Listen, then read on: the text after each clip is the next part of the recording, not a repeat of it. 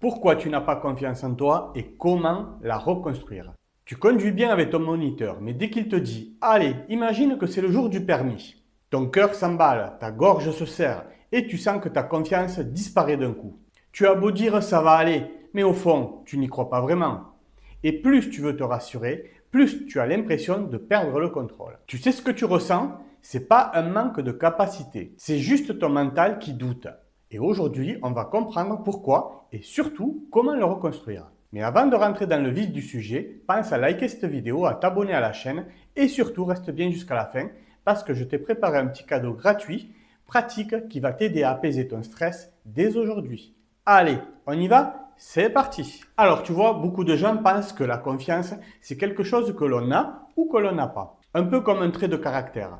Mais en réalité, c'est complètement faux. La confiance, c'est un état intérieur. Et cet état, ton cerveau l'a appris.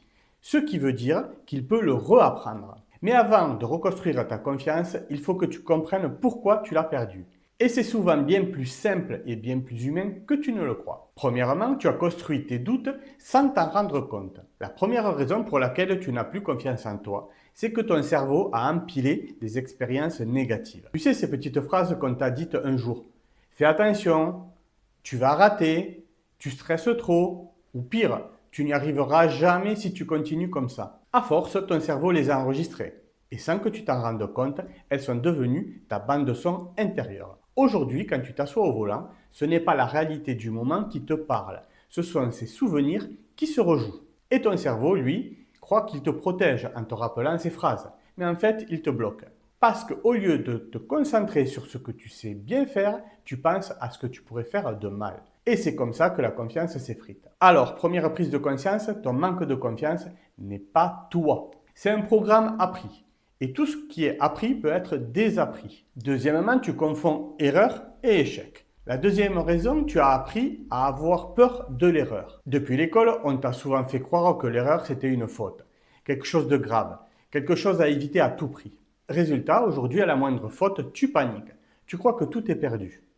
Mais la vérité, c'est que l'erreur, c'est un signal d'apprentissage. Ce n'est pas un jugement sur ta valeur. Quand tu fais une erreur au volant, ton cerveau reçoit une information. Et s'il n'est pas noyé dans la peur, il sait bien comment la corriger. Les candidats confiants ne cherchent pas à être parfaits, ils cherchent à être disponibles et présents. Disponibles pour corriger, pour écouter et pour ajuster.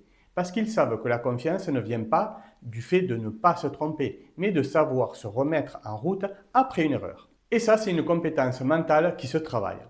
Alors à partir d'aujourd'hui, chaque fois que tu fais une erreur, au lieu de te dire « j'ai tout raté », dis-toi plutôt « mon cerveau vient d'apprendre quelque chose ». Tu verras comme ton mental change petit à petit. Troisièmement, tu as trop comparé ta valeur aux autres. La troisième raison, c'est la comparaison. Combien de fois tu t'es dit « lui, il a réussi du premier coup ». Elle conduit mieux que moi. Moi, je suis toujours celui qui bloque, etc. Mais ce que tu oublies, c'est que tu compares ton intérieur à l'extérieur des autres. Tu vois l'image qu'ils montrent, leur calme apparent, leur réussite, mais tu ne vois pas leurs doutes, leurs galères, leurs moments de peur. Chaque personne avance à son rythme. Et quand tu compares, tu nourris l'idée que tu es forcément moins bien. C'est comme si à chaque fois, tu enfonçais un peu plus le clou de ton propre doute. La confiance, ce n'est pas d'être meilleur que les autres, c'est d'être aligné avec toi-même. De te dire, je fais de mon mieux à mon rythme. C'est ce regard-là qu'il faut reconstruire. Et commence par une phrase toute simple. Je suis en train d'apprendre. Répète-toi-le, je suis en train d'apprendre. Quatrièmement, tu crois que la confiance arrive avant l'action. Et là, on arrive à un des plus grands pièges mentaux. Croire que tu dois avoir confiance avant d'agir. Tu te dis peut-être, quand je serai prêt, j'y arriverai. Quand je serai confiant, je passerai le permis. Mais la vérité, c'est que la confiance vient après l'action. C'est en faisant que tu la construis, pas en attendant qu'elle apparaisse. Pense à quand tu as appris à conduire au tout début. Tu n'étais pas du tout confiant et à force de pratique, tu as commencé à sentir que tu savais faire. Et c'est à ce moment-là que la confiance est née. C'est exactement pareil pour tout. La confiance, c'est le résultat de tes expériences, pas la condition. Alors, si tu veux retrouver confiance, n'attends pas qu'elle te tombe du ciel. Fais un petit pas chaque jour. Un rond-point bien appris, un démarrage réussi, une manœuvre bien gérée et félicite-toi. Parce que chaque petite victoire, c'est une brique de confiance en plus. Et petit à petit, tu vas construire un mur entier de confiance. Cinquièmement, comment reconstruire ta confiance? Maintenant que tu comprends d'où vient ton manque de confiance, je vais te donner une méthode simple pour la reconstruire.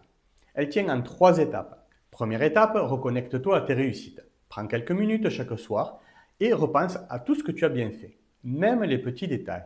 Une bonne observation, une manœuvre fluide, un réflexe correct, note-le dans ton téléphone ou sur un carnet.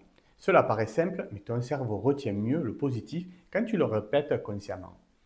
Deuxième étape, parle-toi comme à un ami. Si un ami te disait « je suis nul, je n'y arriverai jamais », tu ne lui répondrais pas « oui, tu as raison, tu es nul ». Tu vas lui dire « sûrement, mais non, regarde tout ce que tu sais déjà faire ou tout ce que tu as déjà fait ». Alors fais pareil pour toi. Ton mental a besoin d'encouragement, pas de critique. Troisième étape, respire avant chaque situation stressante. Quand tu sens le doute monter, ne cherche pas à le chasser. Respire lentement, observe-le et dis-toi « c'est juste mon corps qui me prévient », pas un signe d'échec. Ce simple geste t'aide à redonner confiance à ton système nerveux. C'est ça la base d'une confiance réelle, une relation bienveillante entre ton corps et ton esprit et tes pensées.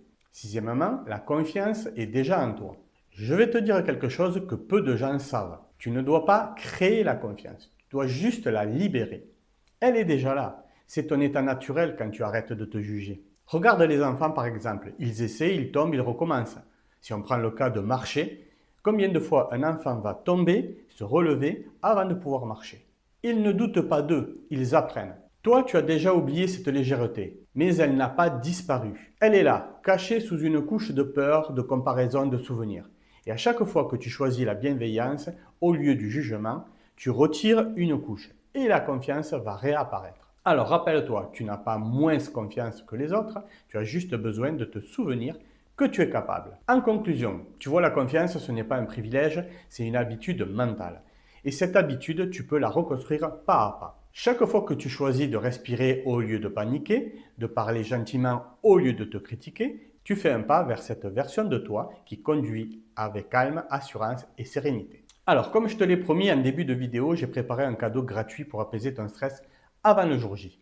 À l'intérieur, tu trouveras des exercices simples et efficaces pour t'aider à préparer mentalement et à comprendre ton stress et à surtout transformer tes doutes en confiance. C'est un excellent point de départ pour continuer à avancer sereinement vers ton permis. Tu retrouveras le lien dans la description ci-dessous.